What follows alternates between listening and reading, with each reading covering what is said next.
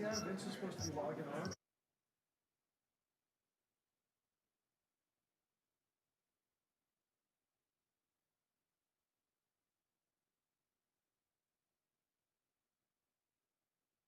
Yeah.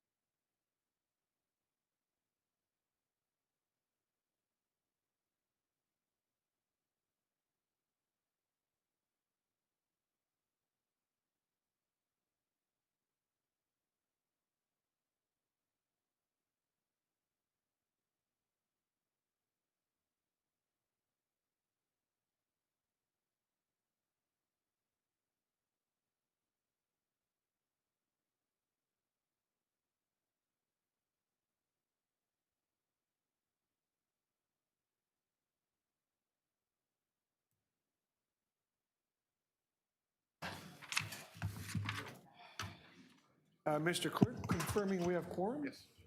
Good morning. My name is Councillor Stephen Holliday. I'm the chair of the Audit Committee. We have quorum. I'm now calling meeting number 11 to order. Welcome, everyone. Before we begin, though, I wanted to make one special announcement.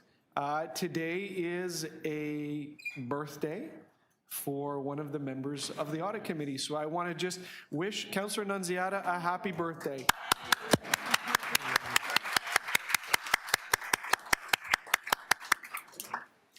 And I see Councillor Crisanti online was clapping. There, you got the thumbs up. We'll wait. Today's meeting is being held by video conference and in person at City Hall in Committee Room number 1. This meeting is also being live streamed online at youtube.com/Toronto City Council Live. Although we may be meeting in different locations today, the Audit Committee would like to acknowledge that the land we are meeting on is the traditional territory of many nations, including the Mississaugas of the Credit, the Anishinaabe, the Chippewa, the Haudenosaunee, and the Wendat peoples, and is now home to many diverse First Nations, Inuit, and Métis peoples. We also acknowledge that Toronto is covered by Treaty 13 with the Mississaugas of the Credit. If you're registered to speak at today's meeting, please listen for me to call your name. I will call speakers in the order that they appear on the list. The list of speakers can be viewed online by visiting the Audit Committee meeting at toronto.ca/council and clicking the speakers box for today's meeting. Mr. Clerk, as I understand, there are no registered speakers at this point. Members, the City Clerk has provided all agenda materials on toronto.ca/council and on the CMP, the Clerk's Meeting portal. Clerk's IT staff are available to members if you need help with your devices. I also want to remind you to please submit and approve your motions by email. Staff are available at Audit Committee, auditctte@toronto.ca to help with motions. Just a note, members, if you have not experienced the newest generation of the committee room, a quick note with the microphones to swipe when you press the key to make sure that they work. Are there any declarations of interest under the Municipal Conflict of Interest Act?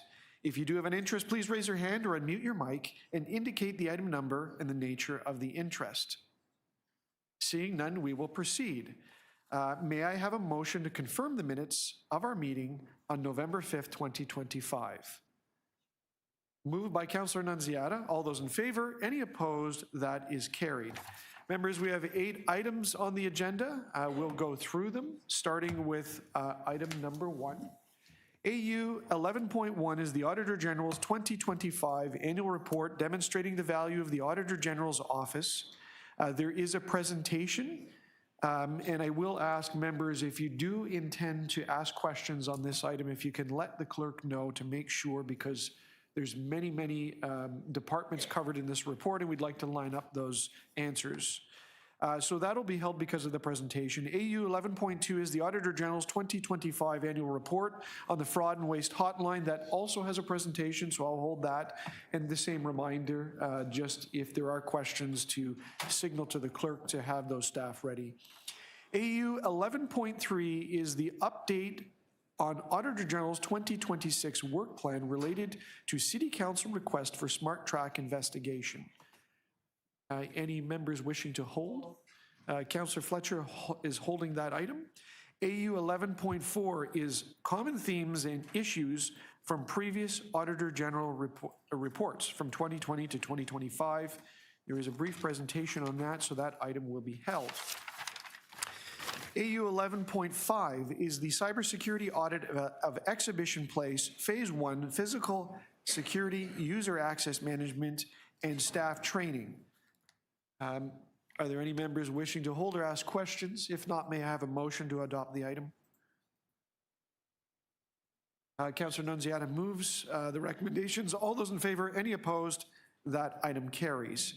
AU 11.6 is KPMG LLP External Auditors City of Toronto Audit Planning Report for the year ended December 31st, 2025. Are there any members with questions on this item or wishing to hold it? Seeing none, may I have someone move the item? I'll move that. Councillor Crisanti moves the item. All those in favor? Any opposed? That is carried. AU 11.7 is the use of paid duty officers and alternative traffic control measures for city construction and maintenance activities. This is a management report. Are there any questions? Or Councillor Fletcher wishes to hold the item. And our final report is AU 11.8 Arenas 2024 Audited Financial Statements and Status of Outstanding 2024 Audited Financial Statements. Are there any questions of staff or members wishing to hold the item? Seeing none, would somebody be kind enough to move the recommendation? Councillor Nunziata moves. All those in favor? Any opposed? That carries. Okay, members, we'll go back to the top of the list and we will invite the Auditor General to come forward for her presentation.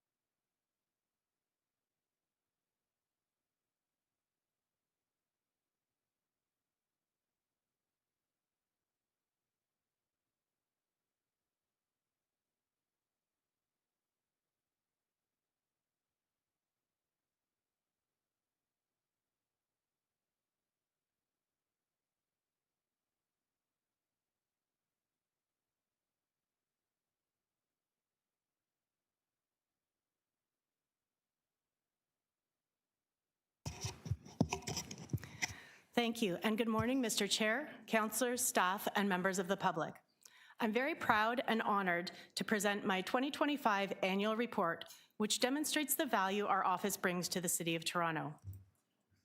In this presentation, I'll provide some highlights from 2025 and walk through our office's 3 key performance areas, followed by my final remarks. In 2025, my office issued 12 impactful audit, investigation, and subject matter reports, as well as our 2025 follow-up reports. Our work focused on the key program and service areas as shown on the slide. Altogether, these reports contained a total of 81 recommendations. Many of our report recommendations result in financial benefits for the city. By implementing our recommendations, the city achieved a total cumulative estimated savings of over $342 million over the last 5 years of annual reports. Page 29 of our annual report explains how we conservatively determine the savings estimates that only recognizes savings once they've been realized. Every year, we demonstrate the value our office brings through a quantified return on investment. We're actually one of the only offices in North America to do so. By comparing the $342 million in cumulative savings from our 2021 to 2025 reports and the cumulative cost of operating my office of approximately $35 million for the same time period, there was a return of $9.74 for every dollar invested in the Auditor General's office. On the slide, this is Table 2 from page 33 of our annual report, which shows the 8 reports where we've verified the city realized savings of $49 million in 2025. You'll see the codes in the column on the far right-hand side of the table, together with the legend after the table, explain the type of financial benefits realized. I'm often asked, where are the savings in the budget notes of the city? It's important to note that if the savings are avoided costs, one-time recoveries, or corporate non-program savings, they are appropriately not reflected in the city's budget notes. These savings are the result of both management taking action in implementing our report recommendations, as well as the follow-up work of our staff. Thank you to both city management and our staff for their hard work. This slide gives an example of the cost savings we've verified and quantified resulting from implementation of our 2019 Fleet Services audit recommendations. As part of our 2025 follow-up process, we reviewed Fleet Services data showing that in 2024, the city received $1.2 million in one-time revenue by selling underutilized city-owned vehicles. The city will also no longer incur annual maintenance costs related to these vehicles going forward, resulting in $1.82 million in cost avoidance over 5 years. In addition, the collective efforts of city divisions have reduced kilometrage costs by about $2.13 million annually compared to the baseline at the time of the original audits, totaling over $8.5 million in savings for a combined total altogether of $11.5 million in cost savings and avoided costs projected over 5 years. From our review of the city's 2025 and 2026 budget notes, we also noted additional potential future cost savings to be realized soon. We will review and verify these as part of our ongoing follow-up of recommendations and consider these for our next annual report. For example, TTC has identified savings from reducing fare evasion and the recovery of revenue. Technology Services has identified efficiency savings for more effective license management. And Pension, Payroll, and Employee Benefits has identified savings offsets from reduced drug and paramedical fees. And our follow-up work is in process right now on all of these. Our audits add value to the city, but are not just about the money. Our work aims to help the city and its agencies and corporations improve internal controls, improve efficiency and effectiveness of the city's programs, systems, and processes, and ultimately achieve better outcomes on important issues that affect Torontonians' daily lives. This is the area where our audits can have an impact on the city's services and people. In 2025, our office delivered impactful audit and cybersecurity reports with recommendations that included non-financial benefits, such as those aimed at supporting beautiful, clean, and safe parks by improving park asset management and repair processes, addressing opportunities to stretch funding further and make more beds available for people experiencing homelessness at winter warming centers and respite sites, strengthening cybersecurity controls at the city and its agencies and corporations, including the Toronto Police Service and Exhibition Place, enhancing workforce planning and management to improve non-union succession planning and employee engagement and retention at the Toronto Transit Commission, and improving Toronto Water's contract management oversight of state-of-good repair projects to ensure the city's stormwater and wastewater infrastructure are well maintained. And finally, I'll discuss how our office shows leadership. In 2025, our office received a Knighton Award from the Association of Local Government Auditors. The award recognized our Phase 1 audit of Parks Branch Operations report as one of the best performance audit reports from local government audit offices across North America. The ELGA Award Committee found the report topic to be highly impactful and responsive to the needs of both the public and decision makers. We pride ourselves on being leaders in local government auditing, and myself and our staff are regularly invited to share our expertise as speakers at conferences and training sessions. I continue to take the lead to organize and facilitate regular meetings with auditors general of other municipalities across Canada to share lessons learned and expertise with each other. Our office also takes pride in giving back to the community. In addition to our regular participation in the city's United Way campaign, we continued to participate in the Colleagues Assisting in Providing Essential Food and Clothing drive, and our office donated 325 items to 68 shelters of the Toronto Shelter Network. In summary, our office continues to demonstrate value to the City of Toronto. First, our office provides financial benefits to the city through management implementing our recommendations, with total cumulative estimated savings of over $342 million for the past 5 years of annual reports and a return on investment of $9.74. Second, we also help make a positive difference across the city and in Torontonians' lives with significant and impactful recommendations that help the city to achieve better outcomes for the programs and services people in Toronto receive. And finally, we continue to be recognized as leaders in our profession. Of course, we could only achieve this through our amazing team. We have an incredible executive team and very hardworking, dedicated professional staff who work very long hours to complete these high-quality audits and investigations and produce these reports, as well as manage our hotline and conduct our follow-up work. We also have a very diverse team, and that further strengthens our office and the work that we do. A big thank you to my team. Thank you. That concludes my presentation. Back to you, Chair, and we're available to take any questions you may have. Thank you, Madam Auditor, and to the team as well. Are there questions of the Auditor General? Councillor Nunziata. First, I guess to the CFO and then the Auditor General. So that it's amazing, and thank you very much for the savings. So the savings for this year, when we did the budget, it was shown in their budget line that for each department on the savings. To the chair. So our team in financial planning works very closely with the AG's office. So we'll identify those savings, and they would likely be reflected within the reductions and offsets section within the budget notes, identifying the actions that were taken and any reductions that you would see in the budget associated with them, provided they're not cost avoidance or repayments or some of the other savings that were identified that wouldn't change the actual budget. Okay, I'm glad to hear that. Now, just to the auditor, on page 7, the fleet services, where you say improving city vehicle use, thereby reducing the need for employees to use personal vehicles. So are you saying that they were using, majority were using personal vehicles and that's why the cost was higher, and now that they're using city vehicles? Is that what you're saying? Rentals. I'll direct that to my Deputy Auditor General, Ina Chan. Through the chair, that's correct. So when we did the original audits in 2019, they found that city staff were using their own vehicles, getting kilometrage expense because there were underutilized vehicles, and divisions are working with their staff. They're using those vehicles better now. And so the amount of kilometrage that is submitted for reimbursement is down significantly. Okay, because that's a huge saving. Over 5 years, 11.5 million?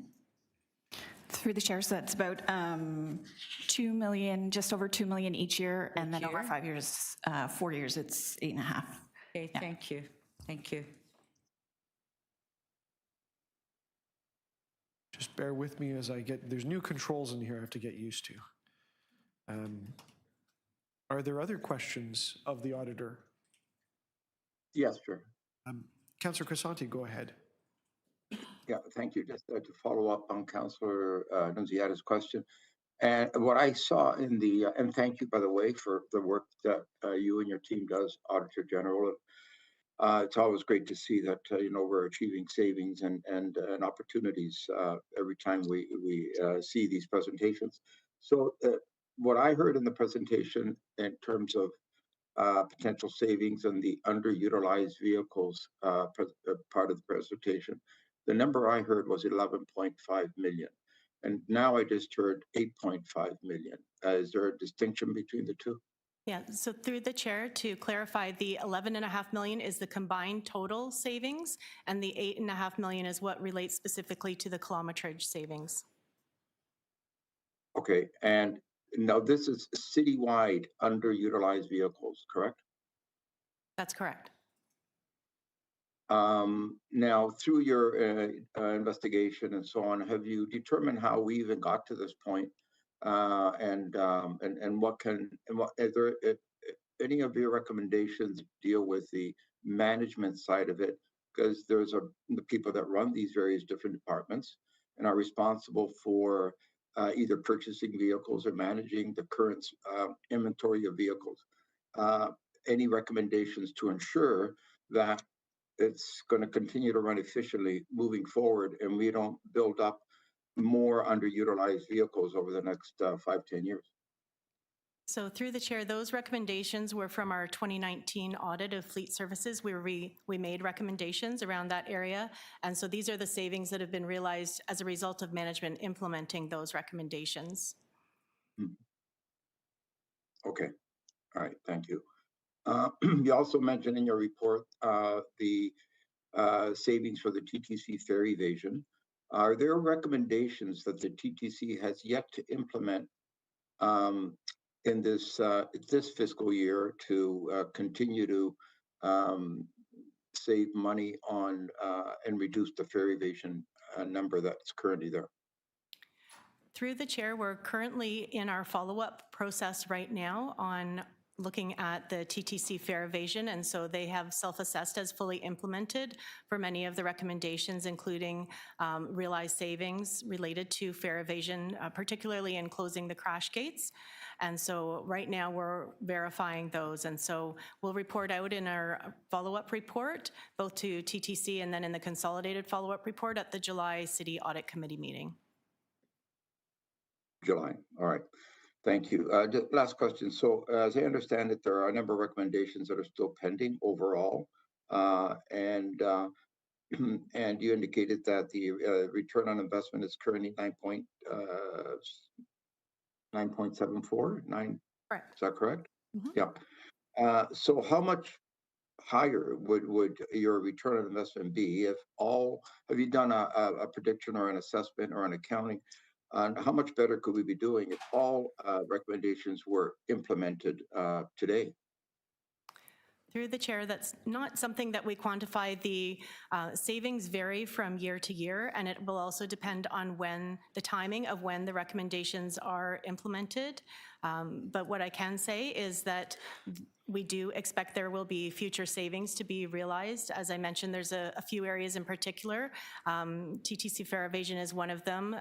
Another one is the software license management with the Technology Service Division, as well as PPB. Yep.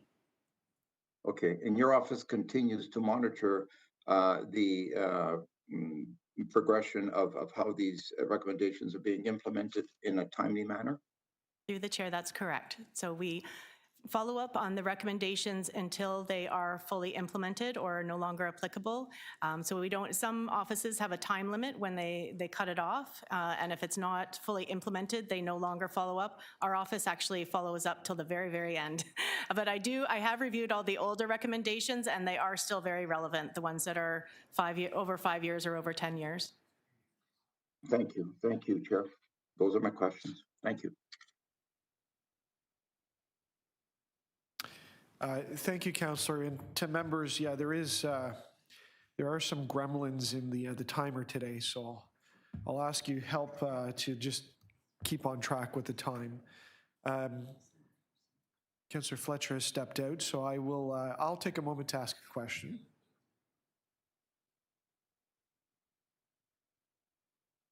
Just be patient with me. There we go.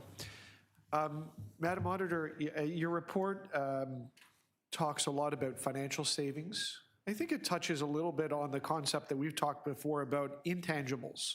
So reputational matters for the city. You know, when one of the major audits come out, yeah, sometimes there's negative headlines, and I mean, that's what happens, but often the follow-up is positive because the city is seen as taking action. The third category I was interested in, and you touched on it, is the degree of integration that you have with other auditor generals, whether they're other municipalities or other orders of government. Could you tell me a little bit about the network that you exist in and what benefit you provide to them and what benefit the network provides to you that helps inform your audit work and maybe make it a little bit easier. Because I think one of the values that doesn't get recognized is how the system of auditors works across governments. So through you, Chair, it's become more common now for there to be municipal auditors general. That didn't always used to be the case. So there are quite a few across Canada now, from Vancouver, Calgary, Edmonton, Winnipeg, Halifax, Quebec. So I took the initiative to set up regular meetings with those auditors general, and we deal with very similar challenges. Even though some of those offices might be smaller, we often deal with similar issues. And so it's a really helpful forum for us to share lessons learned with each other and expertise on a confidential basis as we go through things together. So people do call you for advice. You may not be able to tell us what it is, but there's other municipalities that seek at least some advice from you, if not help. Yes, yeah, even from other parts of the world.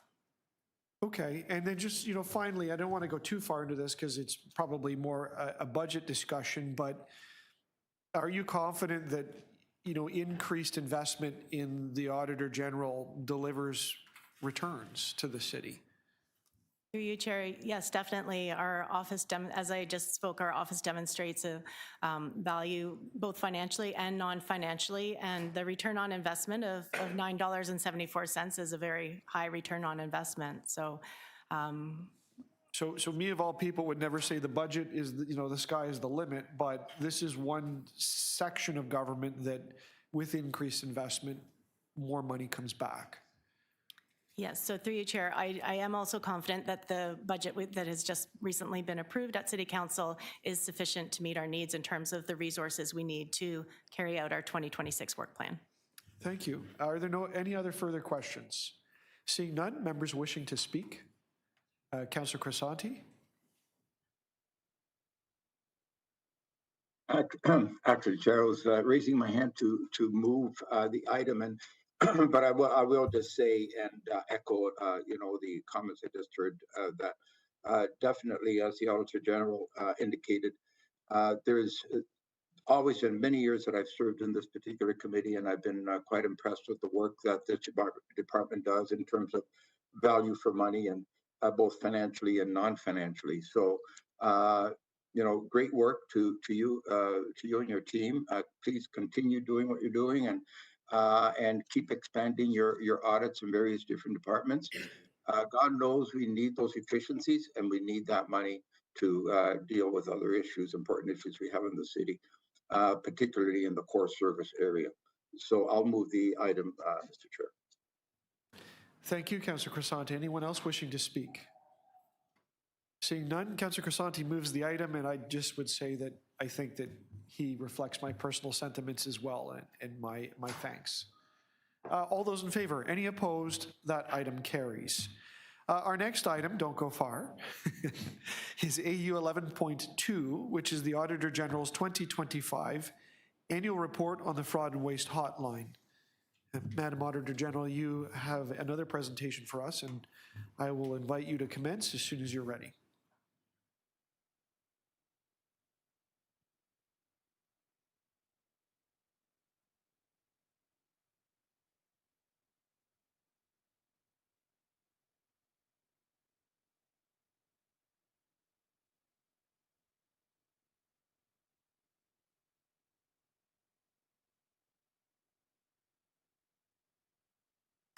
Thank you, Chair.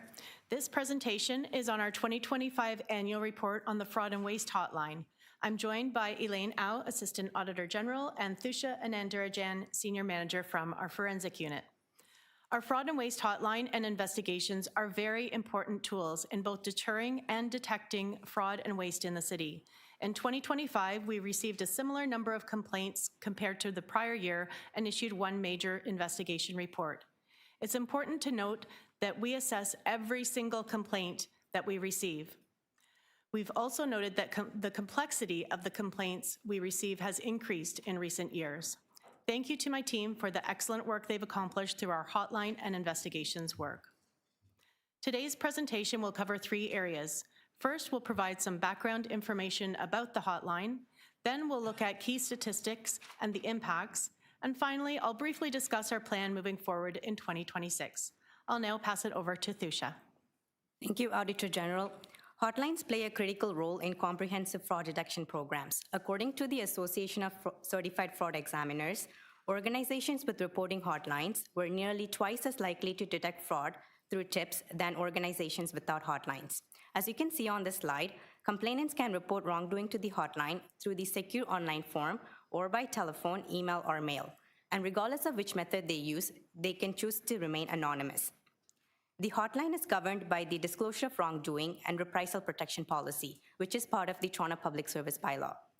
Under the bylaw, all employees have a duty to report wrongdoing, and employees who report wrongdoing in good faith are to be protected from reprisal. The scope of the hotline includes complaints of wrongdoing or waste that involves City of Toronto's staff and assets. Wrongdoing, as defined in the bylaw, refers to serious actions that are contrary to the public interest. This is to be distinguished from employee misconduct. When we receive allegations of misconduct through the hotline, we report these to the appropriate division to address. As the Auditor General mentioned, we assess every single complaint that we receive. We start with triaging the complaint for risk and priority, and then conduct preliminary investigative work. The actions our office takes related to complaints of wrongdoing ranges from conducting preliminary investigative work to full investigations. We will sometimes refer the complaints to the appropriate division for investigation with the required report back to us, and we perform an oversight role. In these cases, we will sometimes conduct our own further investigative work after receiving the results if we feel more needs to be done. We will also sometimes perform the investigation ourselves. The results of this work may be reported in a public report to Audit Committee and City Council, or as a summary in our annual report, or as a management letter to the division. Some of the most common type of complaints we received this year include subsidy fraud, waste or mismanagement, time theft, irregular benefit claims, and conflict of interest. Now that you have a bit of background about our hotline program, I will go over some key statistics from 2025. In 2025, we received 697 complaints, representing approximately 1,150 allegations. This volume is similar to what we received in 2024. We continue to manage a high volume of allegations, which has remained relatively consistent over the last 5 years at approximately 1,210 allegations per year. As you can see on the slide, this is shown by the blue trend line. While the overall volume of complaints has remained steady, it's worth noting that we are receiving more complaints that are complex in nature over the past few years. This means they might have multiple allegations, which can in turn affect multiple divisions, agencies, and corporations. And they also require more time and effort to address. Now I'll share some statistics that show some of the outcomes of the hotline. Of the complaints that were investigated by our office or divisions, 25% were substantiated.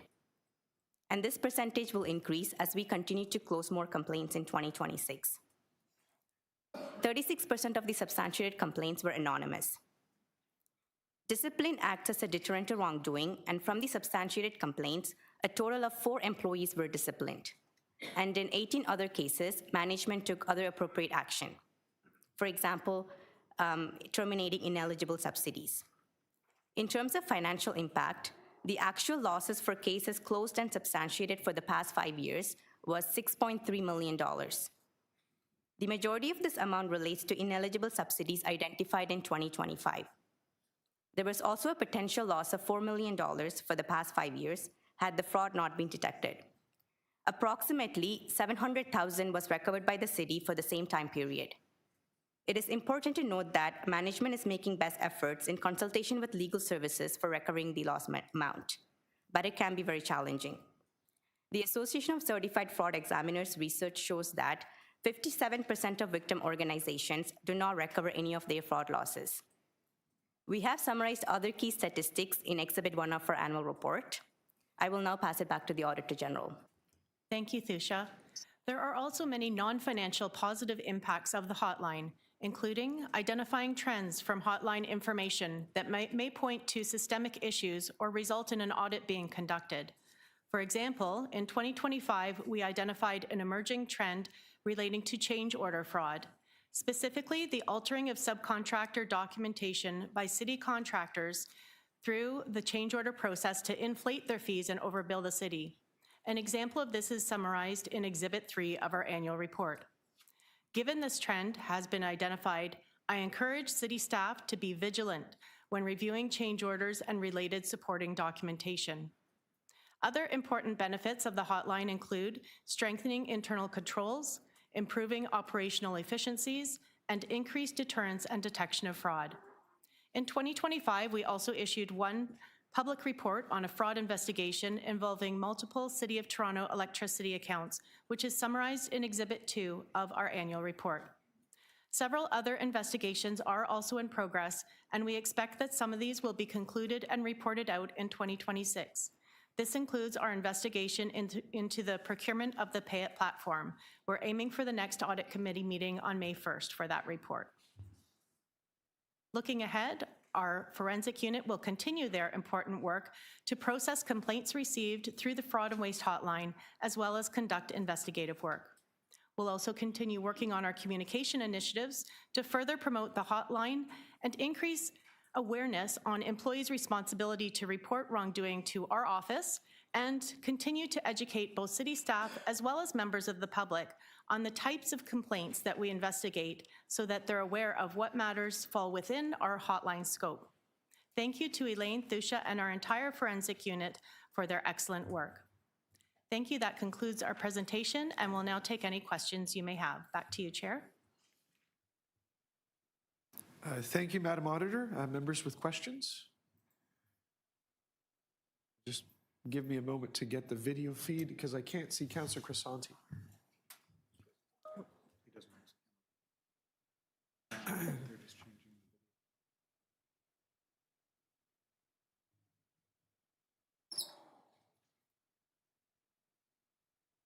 Okay.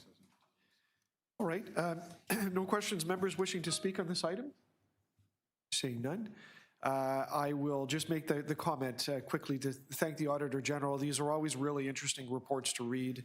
It's heartening to see that, and also disheartening at times to see that the volume of complaints is steady. But I do commend you, Madam Auditor General, and the team for setting up an anonymous system. As a member of council, from time to time, people contact me and say, you know, I saw something that wasn't right. And I refer them to the Fraud and Waste Hotline. And I know some of the feedback is they're really happy that they can do things anonymously and they feel secure in doing that. And my only other piece of advice is to anyone that's listening that is thinking about making that call, please do it. And also know that the more you're able to invest your time into articulating the complaint, it makes the auditor's job easier to unpack it and figure out what's happening and whether or not there's something that can be investigated. And if you're comfortable speaking to the auditor, which you should be, and if the auditor reaches out, you know, have that call or that meeting, because I think that helps her team. So my definite appreciation and encouragement for the work to continue. So with that, I'll move the recommendations. All those in favor? Any opposed? That item carries. AU 11.3 is the update on Auditor General's 2026 work plan related to City Council request for SmartTrack investigation. That's held by Councillor Fletcher. Questions of the Auditor General, if you can just give her a moment to We may get have back to go the in seat. camera because there's a confidential. Sure. What I may suggest, if we do go to the in-camera questions, let's do the public ones, and then we can hold it down, and we'll move that to the end of the agenda if everyone's agreeable to that, just to manage the room. I'm not sure why you would do that. It's one item. We still have a couple to go through. Well, let's do those and then have this item at the end then. Do you want to set the item down? And is the committee All at okay with once. that? Because Councillor Fletcher, I think, indicates we're going to go into camera. I see a thumbs up. Great suggestion. Thank you. So we'll put that item back on hold. We'll go to AU 11.4, which is common themes and issues from the Auditor General's previous reports. Madam Auditor General, I know you have a brief presentation on that, but welcome back to the podium.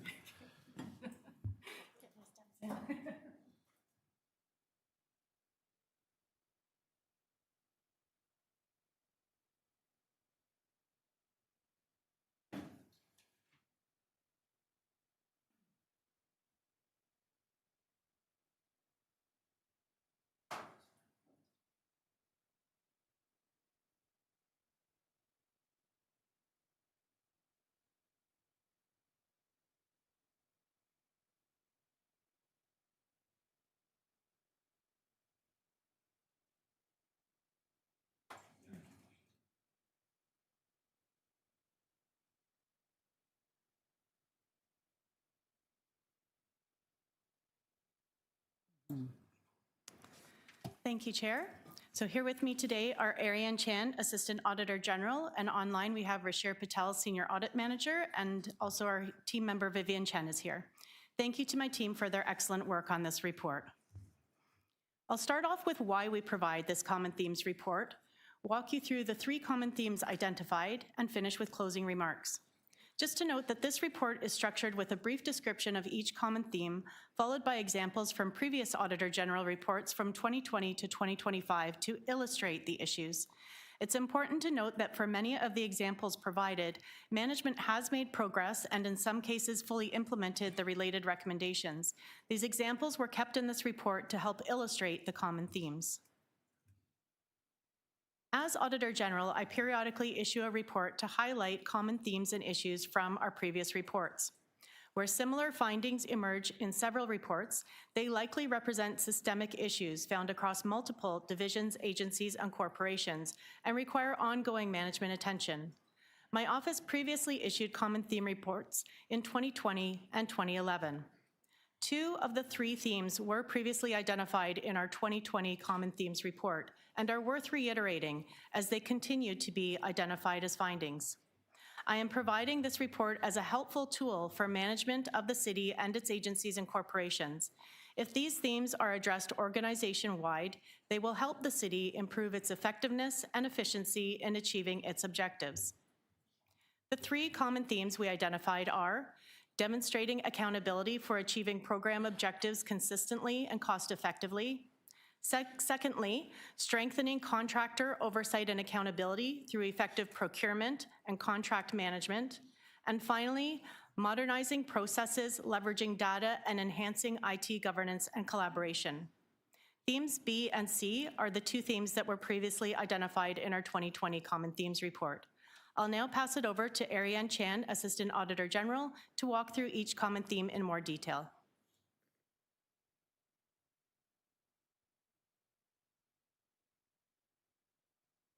Thank you, Madam Auditor General. For the first common theme on demonstrating accountability, our previous Auditor General reports frequently identify a need to develop and improve key performance measures to track, monitor, and report on performance outcomes to ensure transparency and accountability.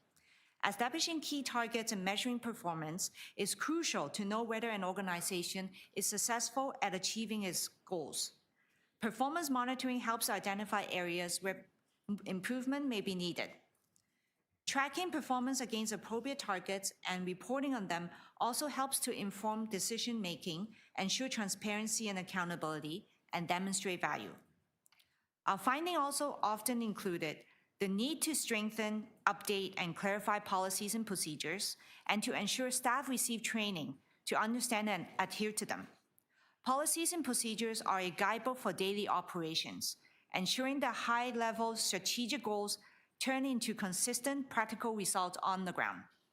Having clear policies and procedures that are communicated to and adhered to by staff are necessary to achieve the objectives of a program or work area. Finally, there are opportunities for the city to ensure its resources are better used to improve efficiency and maximize value for money. Common findings include choosing the right service delivery model to achieve cost efficiency, conducting comprehensive analysis to determine optimal staffing levels, and exploring opportunities to achieve greater economies of scale. For our second common theme, our previous reports have frequently identified the need to improve how contractor services are monitored and managed. Common findings include insufficient monitoring of performance and quality, as well as achievement of service levels specified in the contracts, and not adequately verifying invoices before paying contractors, and ensuring they're complying with the express terms of the contract. Outsourcing delivery to contractors is only effective if the city actively monitors that the work is done correctly and in accordance with contract terms and conditions. Without effective oversight, the city may pay for work it did not authorize or may not receive the services it paid for. As mentioned, this is not a new issue. In our 2019 audit report on interface invoice payments, we recommended evaluating the feasibility of a centralized contract management unit. We had a similar recommendation in our 2021 tree maintenance follow-up report. Management responded that the city would create a contract management center of excellence unit. At the time of this report, this recommendation is still in progress. Our reports also found opportunities to improve the procurement and contracting of goods and services, including the need for improved design and specifications to reduce the need for change orders, and clearly defined and unambiguous contract terms and deliverables to ensure they are fully understood by all parties. When requirements are vague or incomplete during the procurement and contracting stages, issues often carry through the entire project and can result in cost overruns, schedule delays, unmet outcomes, and poor performance. For the third and final common theme, the city has made efforts to digitalize its processes. However, some divisions and areas still rely on paper-based records. Modernizing processes enables improved efficiency, data accuracy, and integrity. Using digital tools turn data into useful information for monitoring performance and informing decision-making. And as different areas of the city modernize and adopt enabling technologies, the city collects and retains more and more data every day. This data includes GPS locations, maintenance records, shelter occupancy, 311 complaints and service requests, and emergency call data.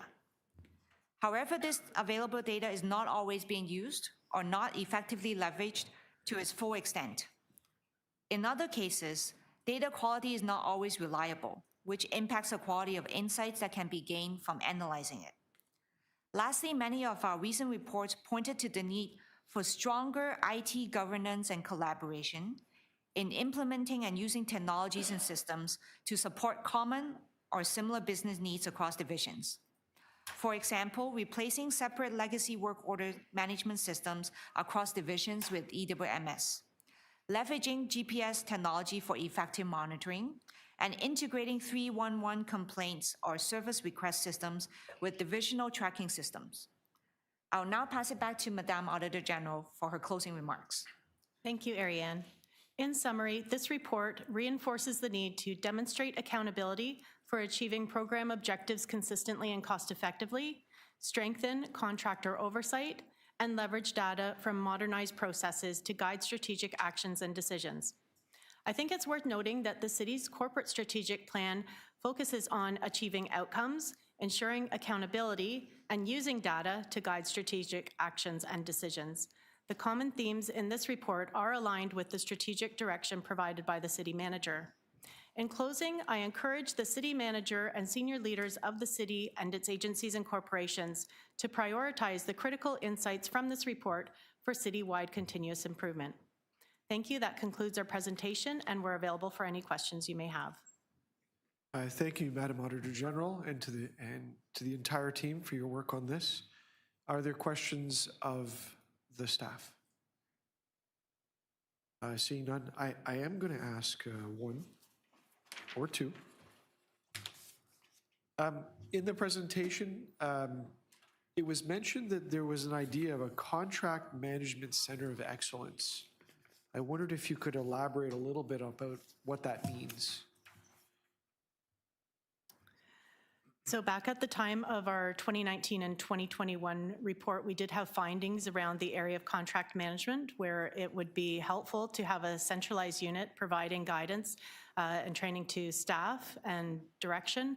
And at the time, there was movement to do that, but I'm not sure that that is still happening. So I'll perhaps the CFO can expand further on that.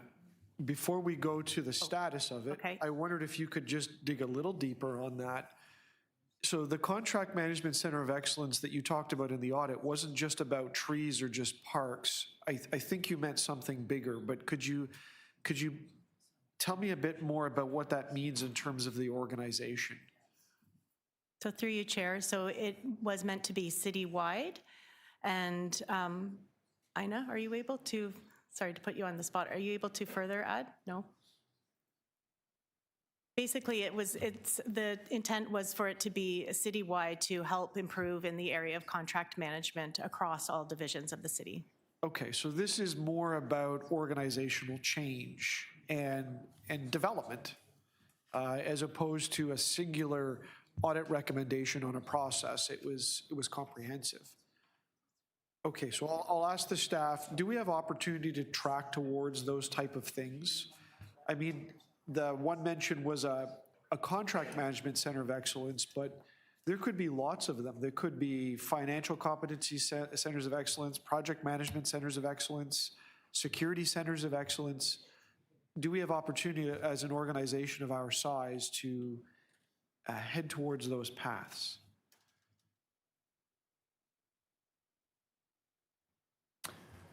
To the chair, yes, we do, and I think you do see examples across the organizations where we begin to do that. I wouldn't look even further than some of the cyber functions that we have here in the city and how we leverage that across the entire organization, including our agencies. Specific to procurement, we have started to take steps in terms of bringing certain functions within our procurement department. We've allocated certain resources to be able to support in this area, especially as it relates to training, as it relates to managing unique, complex contracts, and we're starting to see the benefits of that work, but there's still more efforts that are being taken in that area, and this continues to be a focus within the organization. So could I suppose, as an audit committee member, and just the example you provided, that you've done some investment in the central procurement function, so increasing the expertise, but also to all of the divisions and the managers and employees that actively procure, have you brought up their abilities and their knowledge so that both sides of the equation are being developed so that we're stronger as an organization?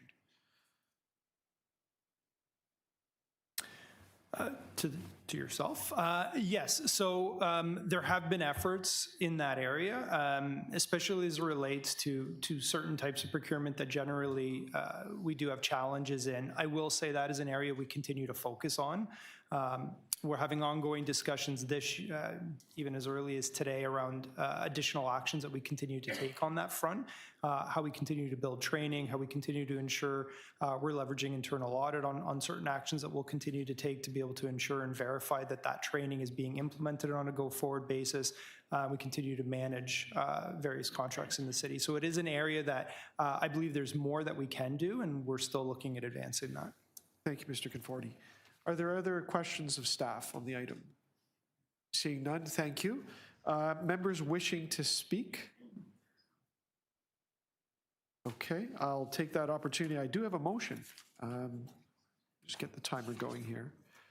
There's a lot there, but I'll distill it quickly. It's a request of the city manager to come back in the first meeting of 2027 so that whoever is on the next audit committee, maybe there's a great way to start their journey in the next council term. And that's to ask the city manager and the management team really to talk to us about how they're reacting to this report and to the themes. And I suggested a whole bunch of things in there that they could consider.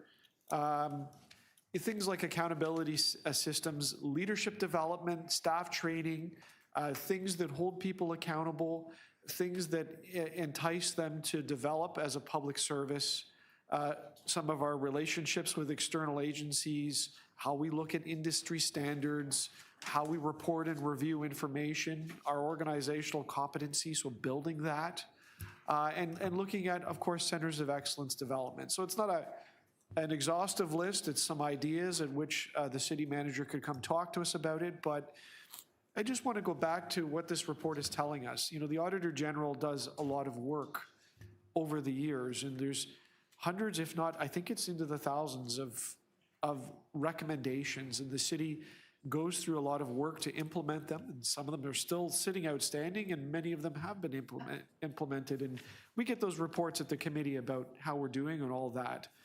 But often they're very, very precise changes.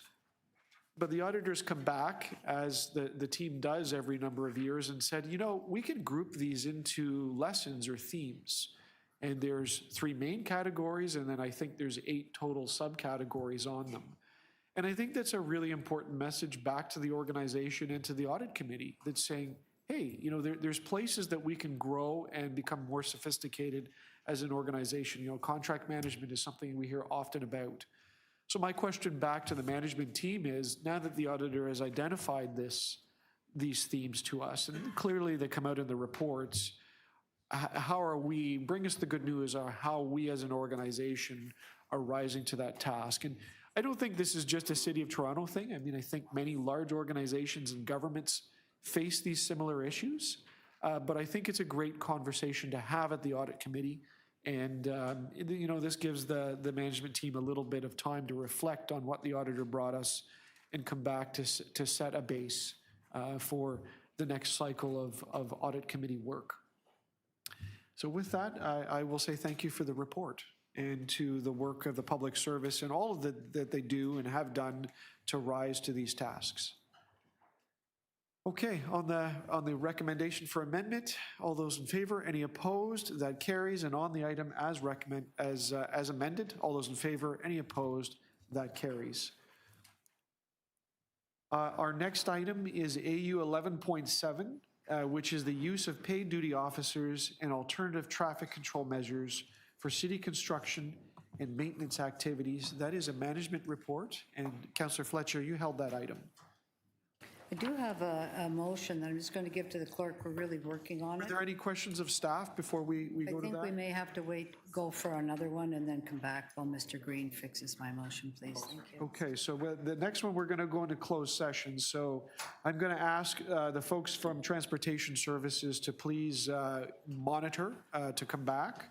But do I have it clear? There's no questions of staff on that, but we may Oh, want. on this one?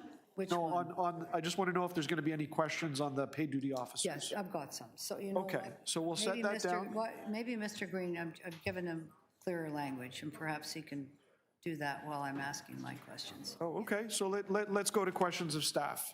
Yeah. Go ahead, that's Councillor just a Fletcher. Question for the report. We are still on number 7, questions of staff, paid duty Back officers. again. Councillor Fletcher, go ahead. Yes, I noticed that one of the instructions from committee had to do with one of the requests to the auditor was to look at the instructions that are given. I'm just looking for that right here now, in the motion that sent it here.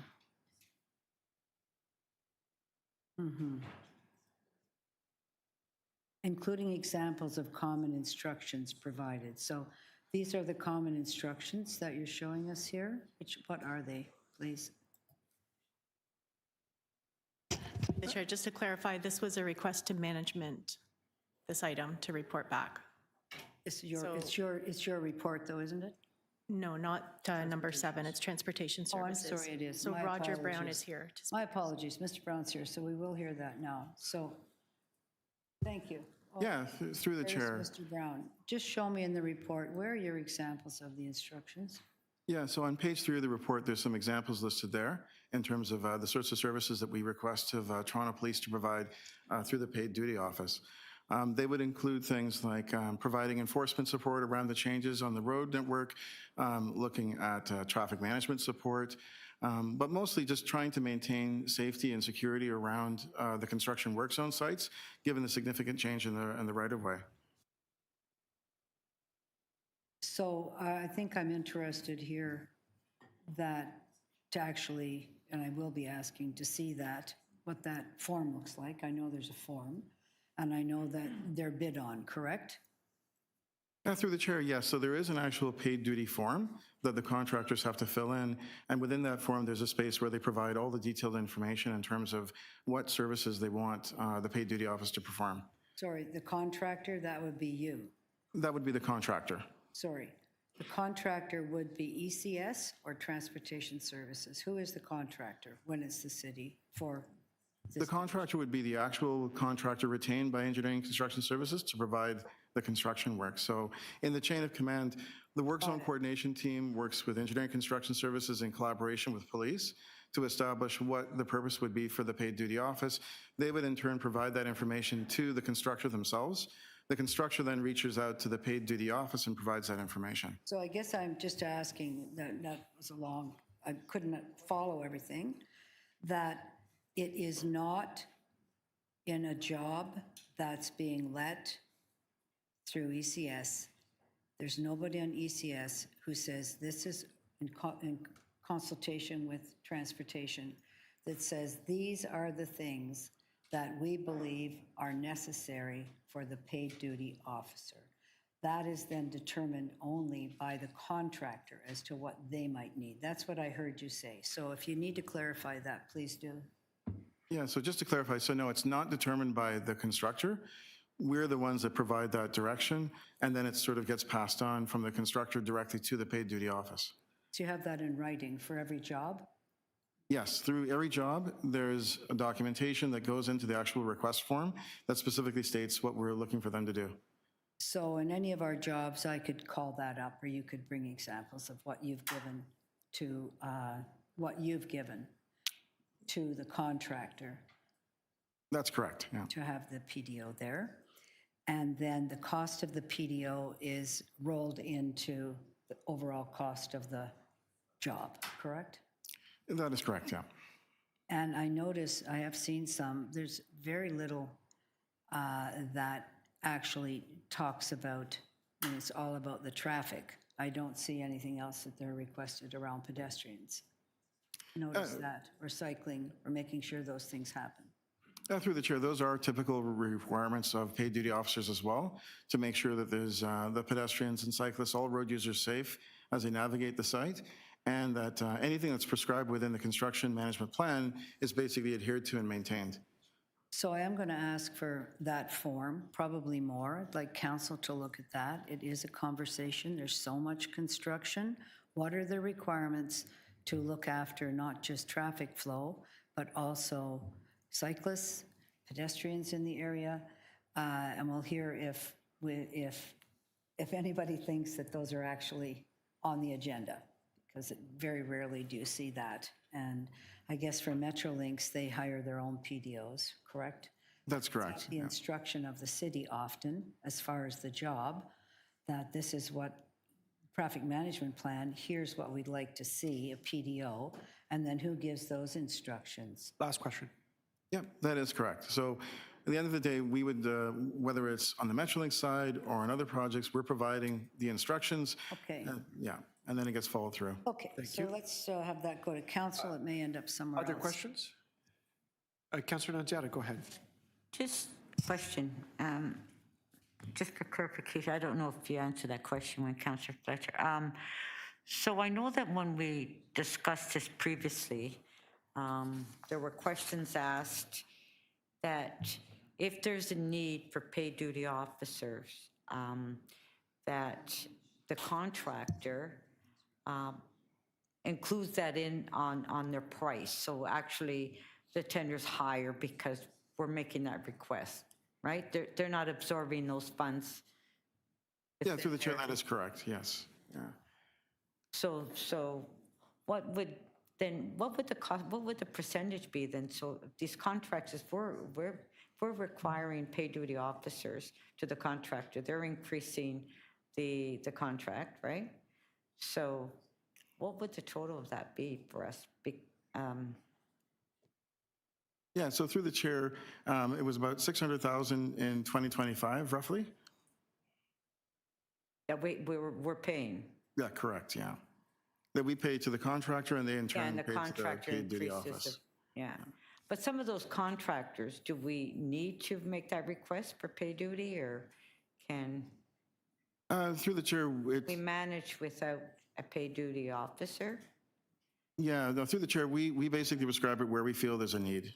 So every case is sort of case specific, and we would look to try and determine what's the best way to kind of manage the construction work zone, looking at their plan, looking at OTM Book 7 as a bit of a guideline, and making those recommendations on a case-by-case basis.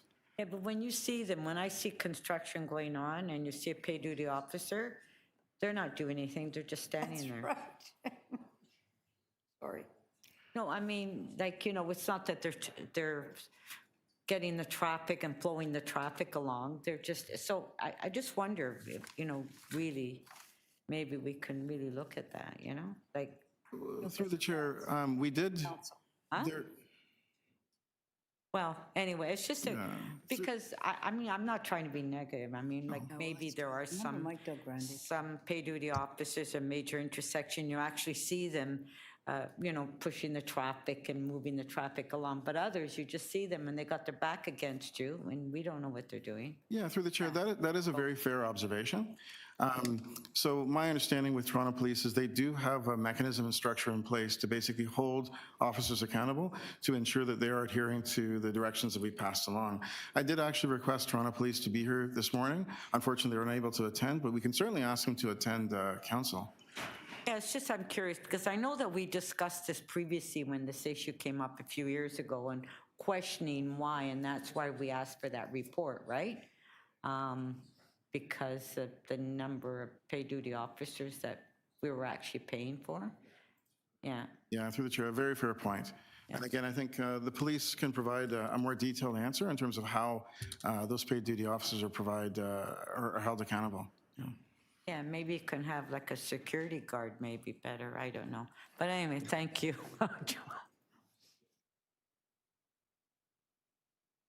Mr. Chair? Councillor Crisandi, go ahead. I think there's more questions coming. Go Okay, ahead, no, sir. I'm not trying to jump in here. If there's someone else first, that's fine. No, go right ahead. All right, thank you. So I just heard through the questions that Councillor Nunziata, I just asked that Mr. Brown, you indicated that we paid directly about $600,000. Is that in the last fiscal year for paid duty officers? Can you clarify that? Through the chair, that's in the last fiscal year, and that's paid from the contractor too. So the contractor pays directly to the paid duty office, and then through the contracts, it's embedded within the contract price. And that was for 2025, yes. Okay, that was going to be my next question. So when anybody bids on any of this work and paid duty officers are required, that cost is built in, but it's separately identified in the contract as well? Through the chair, that is correct, yeah. And they have the ability through, on the Toronto Police webpage, they post all their rates and all that sort of information, so they can use that for bidding purposes. Okay, now how do you distinguish? Because it's quite clear in your report, it indicates that, there are alternatives to PDOs like traffic agents or traffic control persons, that both of these individuals, whether it's a traffic agent or control person, they have very limited authority. So a lot of the construction sites that we've seen, and if not all of them, they're very complex. They take lanes of traffic. They're close to intersections. I would think that a paid duty officer would likely be the best qualified for these jobs. Yeah, through the chair, that is exactly correct, yeah. Okay, so when do you, so who determines if we don't need a PDO and then we go to a traffic agent instead? Through the chair, so on a case-by-case basis, the construction work zone coordinator in partnership with the project manager for engineering construction services, and oftentimes they'll even collaborate with Toronto Police themselves to make that assessment on a case-by-case basis. But as you rightfully stated, anytime there's a change to the road network, temporary change like a lane closure or turn restrictions, those types of things, it is definitely better to have an actual paid duty officer who has the ability to provide enforcement support over the site, versus maybe downstream, there may be traffic changes and variations in traffic patterns, a whole bunch of people turning left or right as a result of that construction. Those are the situations that we would actually employ a traffic agent, where the purpose is exclusively for the purposes of traffic management. So the traffic agents we would employ are from the pool of traffic agents that we've hired currently, correct? That is correct. How many do we have in that pool? How many agents? Through the chair, my understanding is we're at about 127 right now. Okay, but these agents are all deployed throughout the city at different intersections to do the primary duty of which is to keep traffic moving, correct? That is correct. Okay, so when you pull 20 of them out, then there's maybe half a dozen intersections that don't get looked after. Yeah, that is also correct, yes. Okay, so would it not be better and wiser to maybe go to paid PDOs more often, given that they do have enforcement authority, and it frees up the traffic agents we need to do the job they're supposed to be doing, and moving traffic. Yeah, through the chair, that is the common practice, yes. It is. All right. Those are my questions, Chair. Thank you, Councillor. I had a couple of questions, so I think it's my turn. I just want to go back over this. What is the total amount of paid duty officers, or total amount paid to PDOs by the city, not just transportation services? Do we know? Yeah, through the chair. Annual. So when you combine everything, Toronto Water, ECS ourselves, I mean, all the different asset owners, I believe the total we found for 2025 in total was about 5.8 million. Okay, so there's a lot. Now, Yeah. is that, when I say total, I mean construction related or road related, as opposed to paid duty officers that might have been hired by the city to do crowd control at an event. Is that in that number or not? That is excluded from that number. Okay. You mentioned 600,000, that's related to transportation services, because I know water and TTC do a lot. That's correct, yeah, it's broken down. Are there any, so I think what I heard was the city, whether it's your department or ECS or those departments, tell the contractor, yes, have a paid duty officer here. The city prescribes it. Does it ever flow the other way? Does the contractor ever say, hey, I need these and I'm going to bill you for it? Through the chair, that may happen from time to time. You know, we do have some conscientious contractors that may make the suggestion, but at the end of the day, we're the ones making that final decision because ultimately the city pays. Of course. Do I remember correctly from the previous report, though, that when contractors hire the paid duty officers, they mark it up? Through the chair, I can't speak to the practices of the contractors. No, but I mean, that's the terms of the contract we've got with the provider. It may be a fair question for ECS, but if I remember from the previous report, let's say the paid duty officer is X dollars per hour, the contractor lays over a surcharge on that, do they not? Through the chair, there may very well be an administrative fee that they may tack on, but again, we don't know. I don't know that for certain, though. Okay, let's go back to the scenarios. So if I read from the report, there seems to be two buckets when a paid duty officer or a traffic agent is brought in. So the first is in instances where traffic management is required. So for instance, you close a lane in an intersection and there needs to be someone there literally directing cars. That's one scenario, right? Do I have that right? Like true traffic management, do this, do that, instructing people. Yeah, through the chair. So there's really, there's really two different scenarios, as you mentioned. There's one scenario where there's no physical changes to the road network, but we want to try and get more efficiency out of the operation of that intersection, or we want to ensure a higher degree of safety.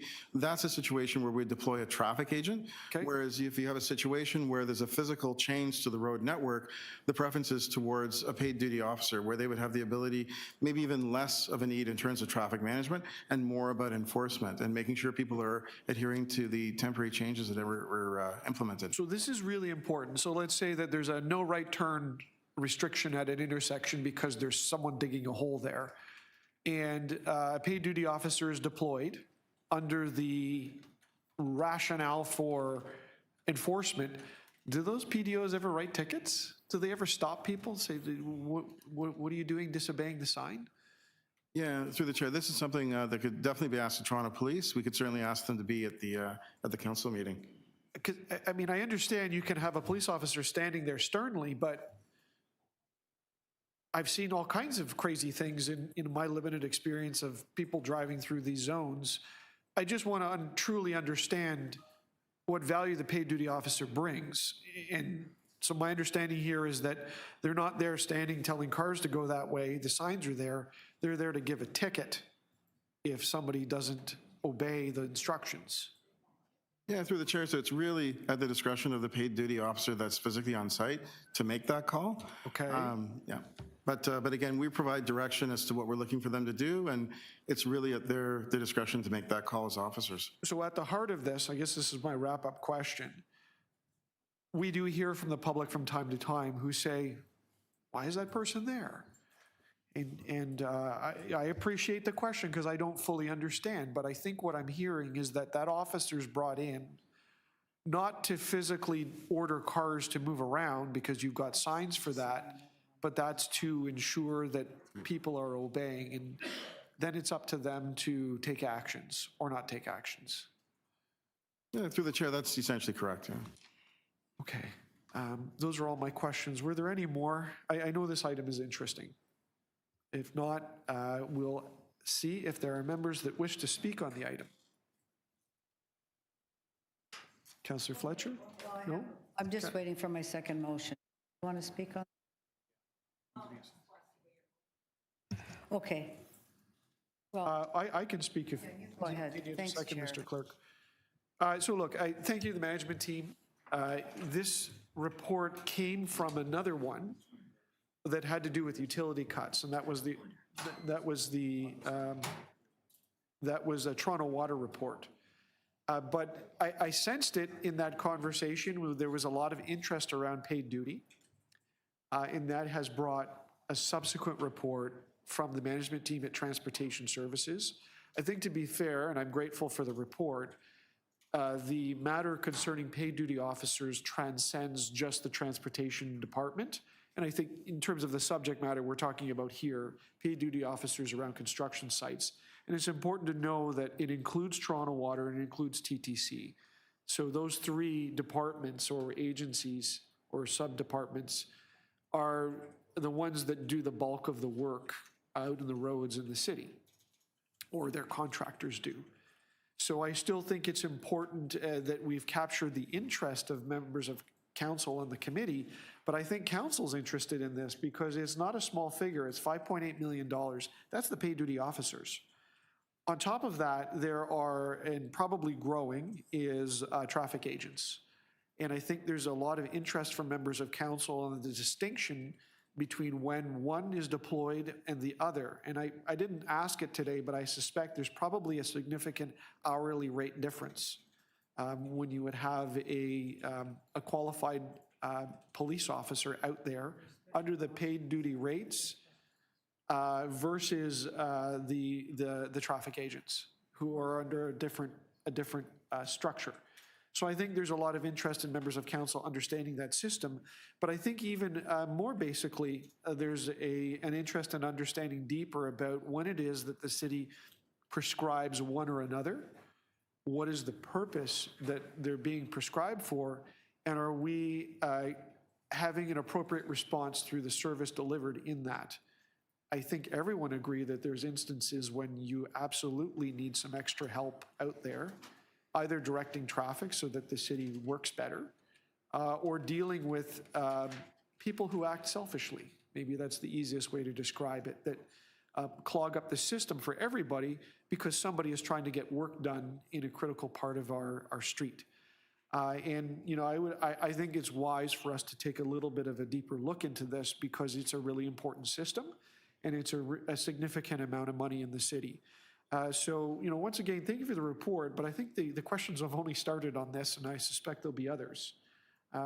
So with that, I will end my remarks with my gratitude and allow anyone else wishing to speak on this matter. I think the clerk has that second motion of mine. Okay. Councillor Fletcher, if you go ahead. Thank you. There they are. One is just to send it to council. We want to see the forms, the specific instructions and duties that are outlined for the, sorry, am I not, can you hear me? Sorry, thank you, Chair. The instruction and duties that are outlined for posting paid duty. And also there's a very interesting example of 2 sets of instructions, and I think I'd like to see those there at the same time. Initial instructions and then more detailed ones based on the actual job. There's 2 things I want to say here, and Mr. Chair, the traffic agents are now special constables, as I'm sure you're aware. It's no longer city staff in that way. They actually are designated special constables, and Councillor Nunziata would certainly know what that means from your years on the Police Services Board, that It's actually a designation within the police service. So I'm very interested in this one because as you, Mr. Chair, have said, people say, what's going on there? You see lots of egregious things. What is the job that somebody's been hired to do? Or not really hired, these jobs are posted and then people bid on them based on whether they want to do them or not. So let's see if there's anything that is slowing down or impeding the desire to bid on these jobs if it's too complicated. I'd like to hear that, and I'd like to hear that, as you said, perhaps the Toronto Police can be there so we can ask some of those questions. I do note that for Metrolinx, where we have that relationship and the city is giving quite a few instructions or requests, or if you're having a permit, here's the things that have to go on it. There are an awful lot there's some paid duty, and then there's a lot of traffic management or traffic agents there.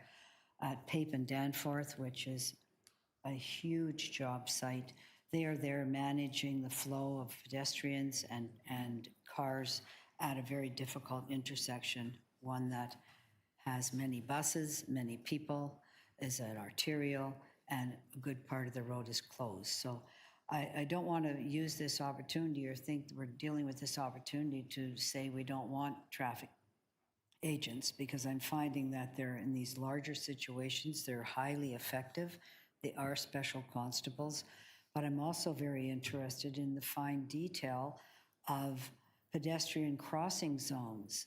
Somebody has to be thinking about that in major construction. Well, I do have one on Queen Street now, adding to the also major construction that is on the East End.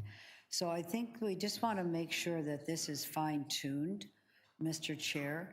And what we've learned today is that it's not the Toronto Police that are giving these instructions. It's actually coming from our staff to the contractor to include in the contract. So understanding that clearly is quite helpful. It used to be about how much money is it, as you may recall, or you might not, Councillor, you would, Councillor Nunziata, years ago in looking at paid duty, why are we paying them? But now we really want to make sure that we are getting value for money, and for anybody that's managing the traffic situation, that includes pedestrians, that includes cars, that includes cycling or complex areas. What's best to do that? Who's best to do that? How is that being managed now? What's successful? What isn't? Because at the end of the day, we could put this under congestion management. Keeping traffic moving, keeping people safe while traffic is moving is, of course, the goal of Mr. Curtis and Mr. Brown. 110% goal for you. That's what you're required to do. So this should be helpful to dig a little deeper into this and think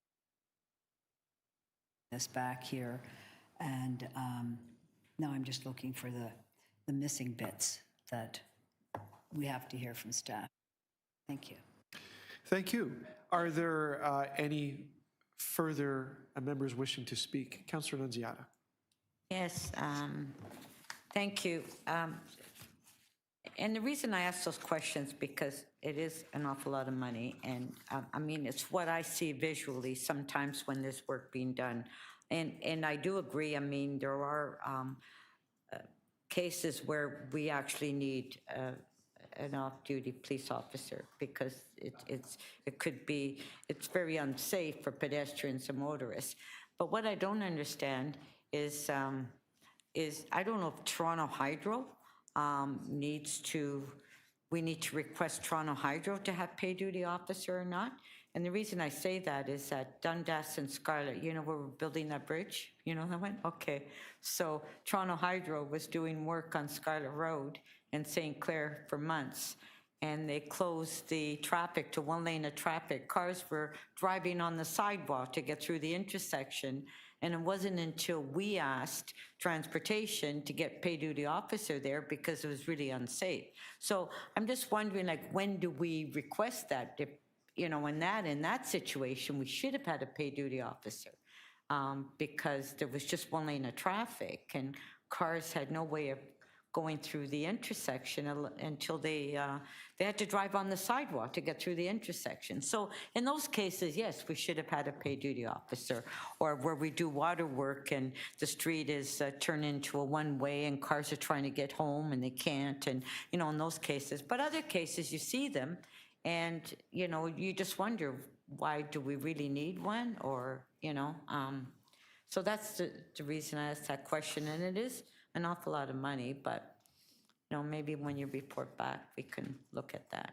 And, but Toronto Hydro should definitely be part of that, that we should be requesting that they have paid duty officer when they're closing a lane of traffic on the main intersection. Yeah, okay, thank you. Thank you, Councillor Nunziata. Any further comments on this item? Seeing none, members, we do have one amendment from Councillor Fletcher. There's several parts to the motion, but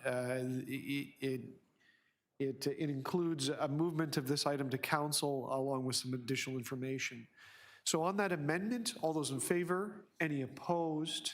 The amendment carries, and on the item as amended, all those in favor, any opposed? That item carries. Members, we have one item left. Councillor Fletcher did indicate that we will need to go into camera. C. Did you want to begin with public questions? Yes. Or, okay, great. And then if I get in trouble, we'll move it. The clerk will be watching. I'm sure the clerk will be watching. Yeah, so just, if you just bear with us for a moment to get the changeover in the room here. I'll get some more water. Legal.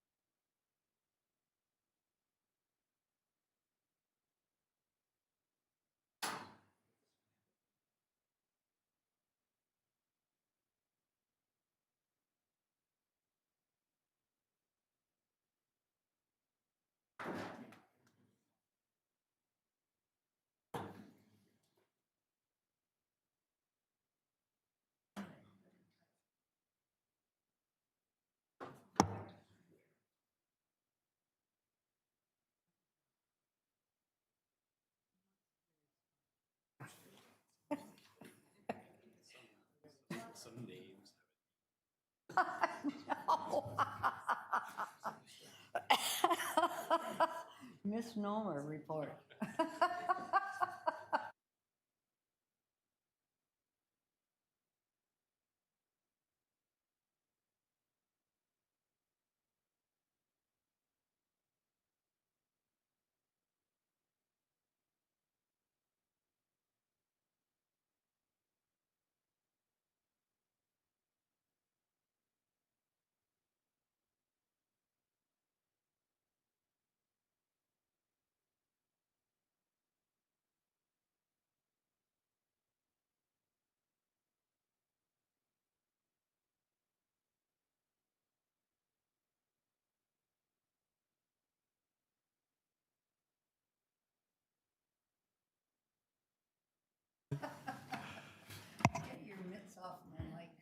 Okay, Mr. Clerk, we have everyone in place for the questions?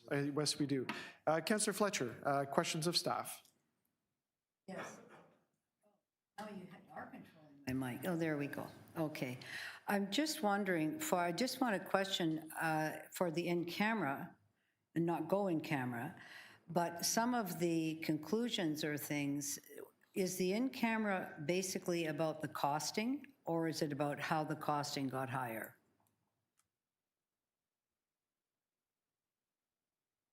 Sorry, hold my time. So what's Chair? confidential? The costing? Chair, both the costing and the information about the costing and its increase is considered to be confidential. So I'd have to ask legal, why is that confidential? I understand the amount because we've been clear on that previously, but how you get into an increase is, I'm not sure that's confidential. And I'd like to make sure that what can be public is in public. And I think that's a legal matter. Yeah, I can start. So the SmartTrack main agreement has confidentiality provisions. Anything that Metrolinx provides does fall within that unless it's made public. So it'd be up to Metrolinx to provide that publicly if they wanted to. So anything that Metrolinx, there's a confidentiality agreement that was signed? Sorry, It's included as part of the SmartTrack main agreement. it's very hard for me to hear you, sorry. Sorry, it's part of the SmartTrack main agreement. There's a SmartTrack agreement that was signed. I see the Auditor General has her list of all the dates. Is that, what date was that? It was signed 2023, September 2023. So it wasn't signed initially when the SmartTrack came forward. I guess I was not signed then, and why not? Well, the first agreement we signed for SmartTrack main agreement was between the city and the province through the agreement in principle. And then once that was settled, including the multiple revisions, then we were able to finalize the SmartTrack main agreement. So are you telling me that, what year was that signed in principle? Because this was initiated in 2014, 2015, so that would be 8 years later to actually have an agreement. That's standard industry practice here? Yeah, I think it was signed originally around 2016, and there were amendments. 2016 was the agreement, not 2013. 2023, I mean, sorry, my apologies.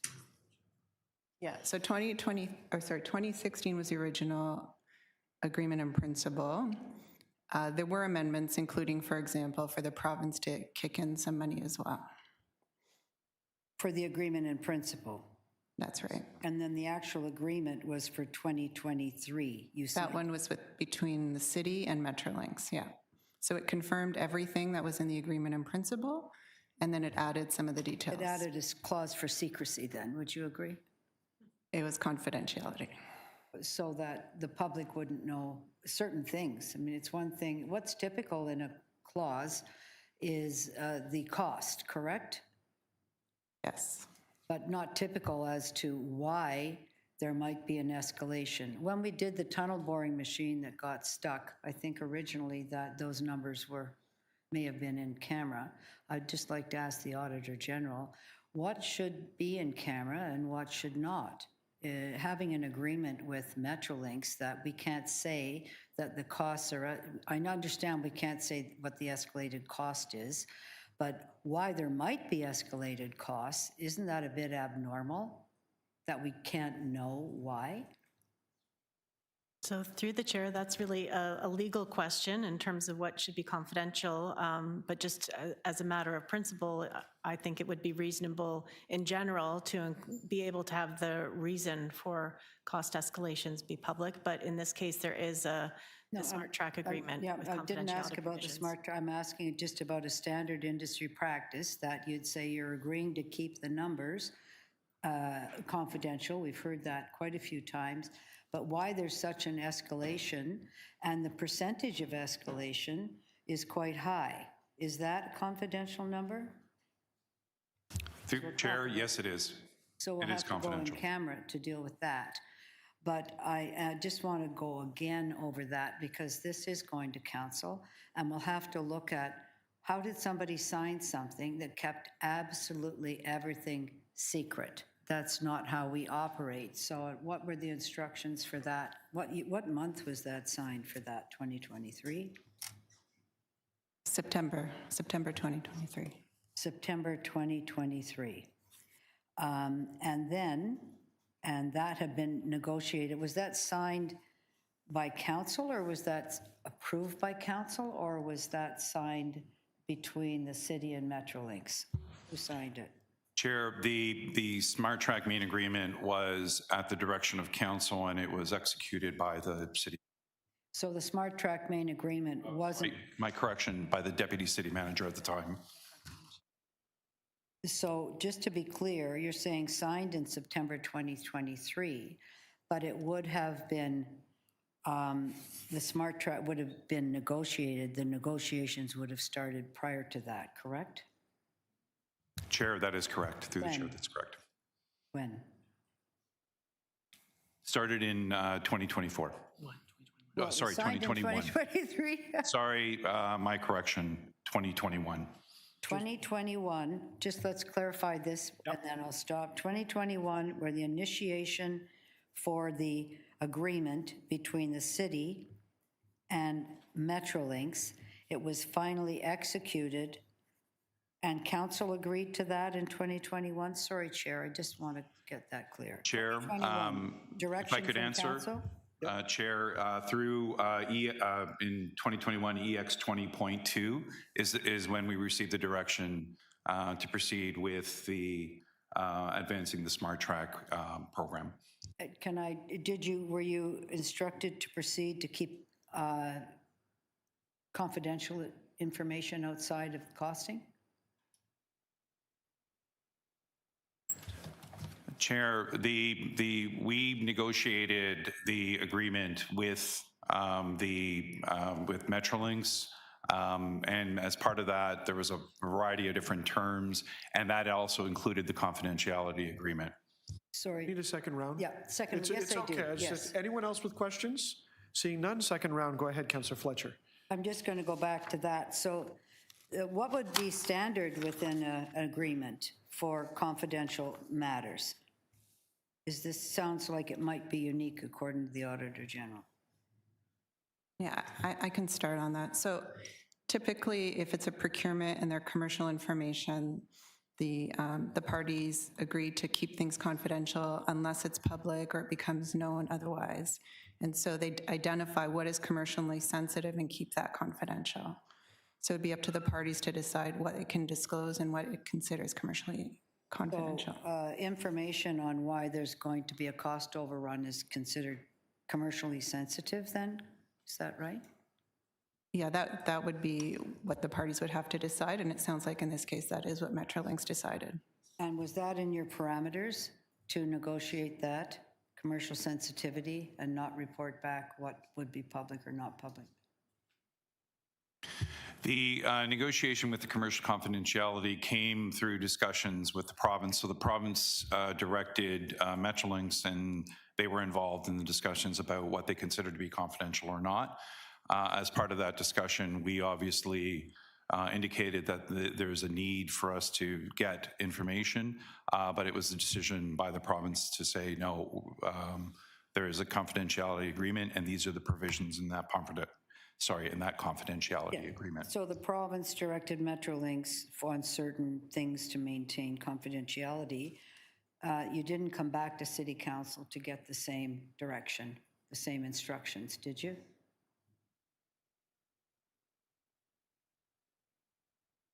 Sorry, this Chair, the information that was with regards to the confidentiality agreement was part of a discussion with the province, and at that time, we didn't, it was one of the many items in that agreement, and it was negotiated out as part of that agreement. So did we come back? No, we did not. No, you did not come back.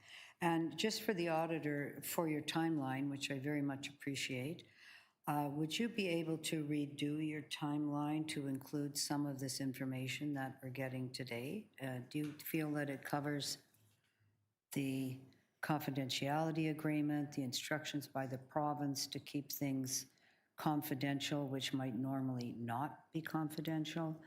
And the other thing that was a little confusing for me was the, I'm just going back to it now, sorry, your chart.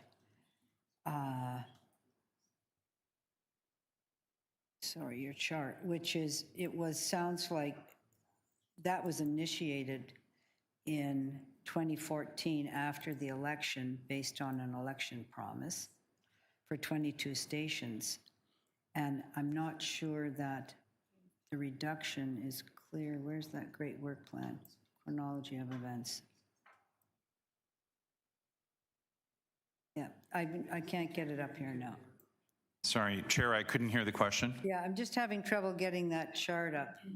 Sorry, I had it up before. But just for your chart, that 2014, was that initiated by the city, the 22 stations, Or was, how did that get initiated? It's unclear in your chart, the initiation for that. So through the chair, you're referring to attachment 1, the chronology? Here's the one I can't get up. And so so on January 2015, council adopted the SmartTrack work plan, which proposed 22 station stops, comprising 13 new stations and 9 existing GO stations. Yes, but where was that initiated? Was that initiated through transit expansion? Was that initiated through the mayor? That was January 2015. So I December 24th, so the one right before that, the then mayor and executive committee asked staff to review SmartTrack.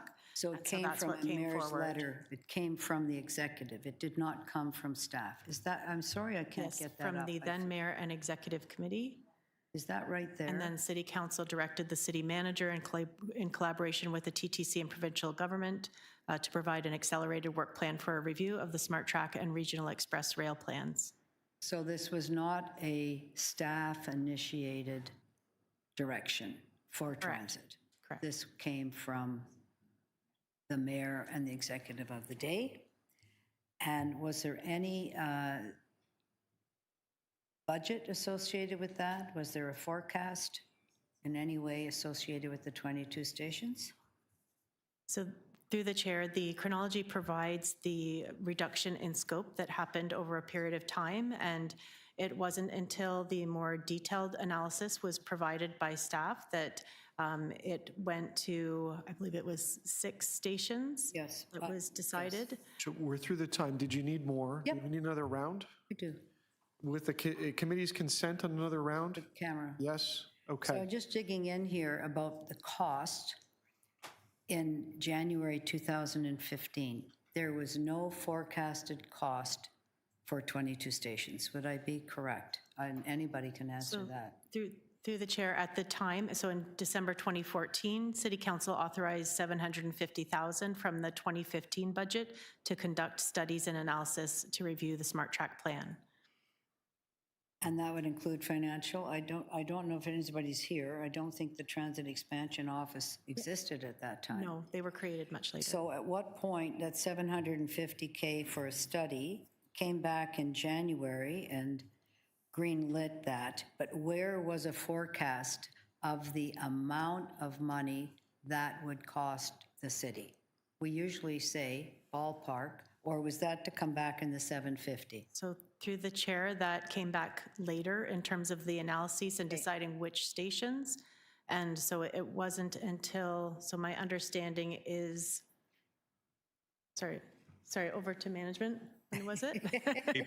Chair, April 2018 is when this item came back to council with a budget of 1.463 billion. And it's somewhere along the line, you were asked to look at 22 stations. It's somewhere along the line, then you came back and said, we can't do 22. We need a budget of 1.436 for 5 or 6 stations. Do I have that right? To clarify, so through the chair to clarify, so it was actually, so the 22 stops was really made up of 13 new stations. So it went from 13 down to 6 once the detailed analysis was provided. And then it was further reduced to 5 in February 2021. And then in... Wish I could find that. And then in December 2024, 2 of the 5 stations were deferred to stay within the budget. Right. So is there any financing for 13 stations? Anywhere? Not that I'm aware of. Is that kind of odd? That for all of this, from 2014 to whatever year we came to the 6, that there was never a forecast of what this was going to cost, and yet it was approved by council. Is that pretty typical of how we do business? I'm asking you. Really comment on that. Is that how the city should conduct its business? No, I think there should be a forecast done. In terms of the detailed analysis, that wouldn't be known until it Yes. was decided, you know, what was involved in terms of which stations and where they're located and the complexities. But I Once would we expect got the some sort 13. of general forecast. Forecast, even with the Class C estimate or Class D estimate, there would have been something, but there was nothing. Not that I've seen. Well, let's check. Was there anything, staff? The auditor says that's not. Chair, there is no information prior to the April 2018 submission that we made to council, that was made to council. Information on money. On the financial costs of the numerous stations that existed And the previous to that 13 were time. going to cost how much? Sorry, can you please repeat the question? 13 would have cost how much? We don't have any information with regards to that, Councillor. So that wasn't there either. The forecast on the 22 wasn't there, the forecast on the 13 wasn't there. Now we have an actual for the 6 when you brought that. Would I be right to say that? You're correct, Councillor. Thank you. And best practice, Auditor General, because maybe you'll have to look that, I have a motion to come back. But if that isn't best practice, this would have been a multi-billion-dollar operation. And what is best practice in having a Class D or coming back with something? It does seem very odd to me. Is this best practice to have no money until you get to an actual 6 stations from 22? No, I would expect there'd be some sort of at least high-level forecast. Thank you. Thank you. Thank you. Are there any other questions? I'm going to ask a real quick one because I think it needs to be cleared up on the confidential attachments. Just for my clarity, in the report before us, there is a confidential attachment. I can't nor will I disclose the contents of it, but there is a label on it that explains the rationale for the confidentiality. Can someone tell me who develops that rationale and recommends to whom to have it as a confidential attachment? It's kind of a process question. Chair, I believe that in consultation with the clerk's office, that's who makes the determination as to when this can be considered confidential. And legal, I think. Legal would provide some analysis. So yes, and we would also be working with our legal colleagues. So what are the precise reasons that the confidential attachment is confidential on this report? Just hang on. I want to be precise on this answer. It's in front of me. Chair, the reason why it's considered to be confidential is because it's been provided to us in confidence from the province. So that if I read the clause, it says, the attachment of this report contains commercial information supplied in confidence to the City of Toronto, which, if disclosed, could reasonably be expected to prejudice significantly the competitive position or interfere significantly with the contractual or other negotiations of a person, group of persons, or organization, and contains information explicitly supplied in confidence to the City of Toronto by the Province of Ontario.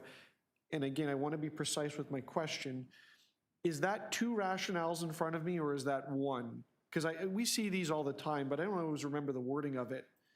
Is information supplied explicitly in confidence to the City of Toronto by the Province of Ontario on its own a rationale to have a confidential attachment? So, Chair, I will try to respond to this. There are two segments to this confidentiality agreement. The first portion relates to procurement and the ability of the procurements to be run effectively. That there is commercial confidentiality that if this number were disclosed could potentially cause prices to be kind of modified. The second one is the confidentiality, the request from the province that this remain confidential. So there's 2 components to it. Okay, so the information within could be under the umbrella of one or the other or both of those statements. That is correct, Chair. Okay, so I think you've answered, but I'll confirm this. Does the confidential agreement, the confidentiality clauses of the agreement between the city and the province result in some of the information that's in this confidential attachment being in the confidential attachment, which otherwise would not have been? Chair, that would be correct. Okay. Is the agreement from 2023 a public document, or is the agreement in and itself confidential? Chair, the agreement is not It's still considered to be confidential. Okay. To the extent that you're able to provide this, and maybe it's just a simple description, you said that there was a council decision to allow this agreement to take place. I'm assuming it's a direction to management to go and execute it, but maybe you can correct me on that. Did it have a confidential attachment to it? And you can't tell me what's in that, but is there any public portion of that that would otherwise allude to the contents of the agreement, confidentiality provisions, that sort of thing?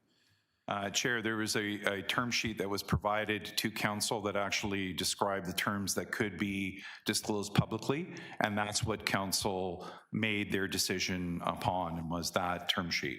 And then it was given to staff to further kind of develop the agreement. And what's the status of that term sheet right now? Was that confidential? Is it still confidential, or has it been made public? Chair, that term sheet still remains public. It's public. Okay. All right. Thank you for the clarification. Any other further questions? Okay, fifth round. Councillor Fletcher. Is it really? Thought it was 4. Oh, I've lost count. It's 4th. Thank you. Just the term sheet is public, and the instructions in the, or your parameters in the term sheet would then include what is in the agreement, what you're able to negotiate, or what the province said. I think we should just have would you be able to provide that term sheet as a document to council when this goes there, please? Chair, the actual term sheet is attached to EX 20.2, which is a council report. Yeah, but I'm not asking to go and look for that. I'm asking you to attach that, I guess, to this, or maybe the auditor, ask the Auditor General to please put that on when we. Chair, we will work with the auditor, and if she feel like, we will add it to her report for council. Do I need to make a motion that you bring it to council? Because I will. Pardon?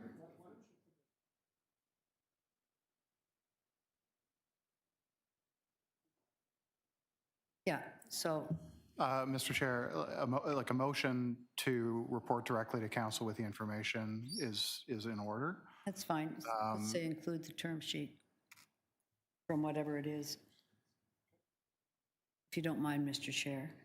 And then. Sorry, Councillor Fletcher, do it just so the clerk can get this.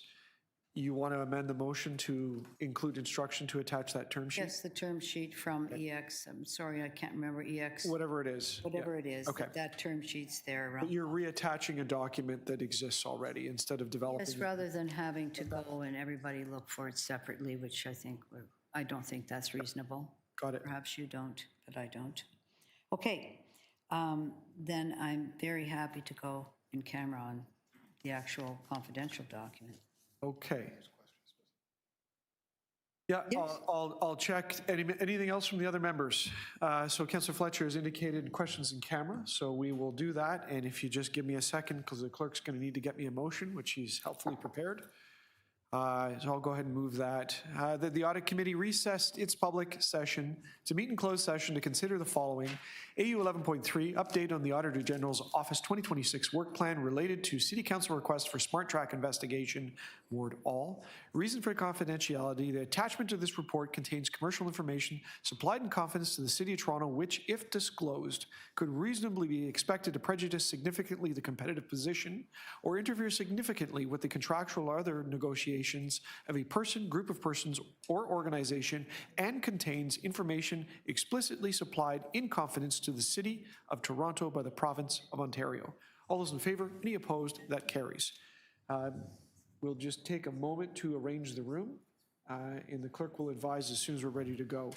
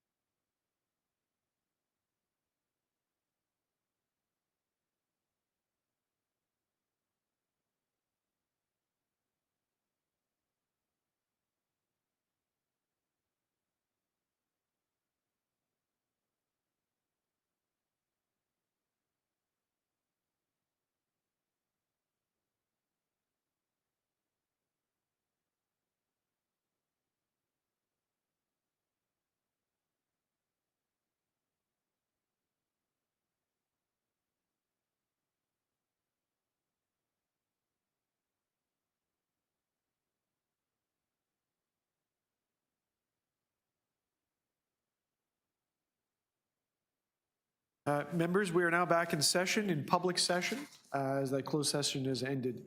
Are there members wishing to speak on this item?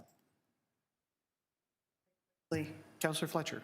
Just very quickly, and thank you for the explanations that, oh, yeah, I do, sorry. Thank you. I'll go fast because a certain person has to get out of here. You, Chair.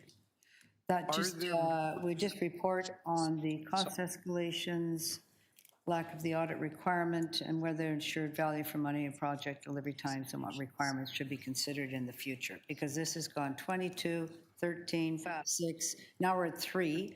And I'm also just interested in making sure, through you, Madam Auditor, that when we're committing to things, we're really clearly have a good business practice. And I'm not sure it was present there because this is so far 3. We may end up with less than that, but it's kind of disappointing. I know at some stations that won't be able to be there, and I understand why that situation is and why this isn't a public document. So I'll just say that, Mr. Chair, and hopefully that can be answered back here. Or come back to the May 1st meeting. I'm happy to have it come back. Otherwise, To request a staff to report to. Back to the committee on this, just kind of best practice. You know, I think there's best practice that we can find here that the auditor can help us with, Chair. thank you, Councillor Fletcher, and thank you to the clerk. Anyone else wishing to speak on the item? Seeing none, on the amendment from Councillor Fletcher, all those in favor? Any opposed? That carries. And on the item as amended, all those in favor? Any opposed? That carries. Confirming with you, Mr. Clerk, that those are all the items of business today, and that there are no additional bills that need to be passed.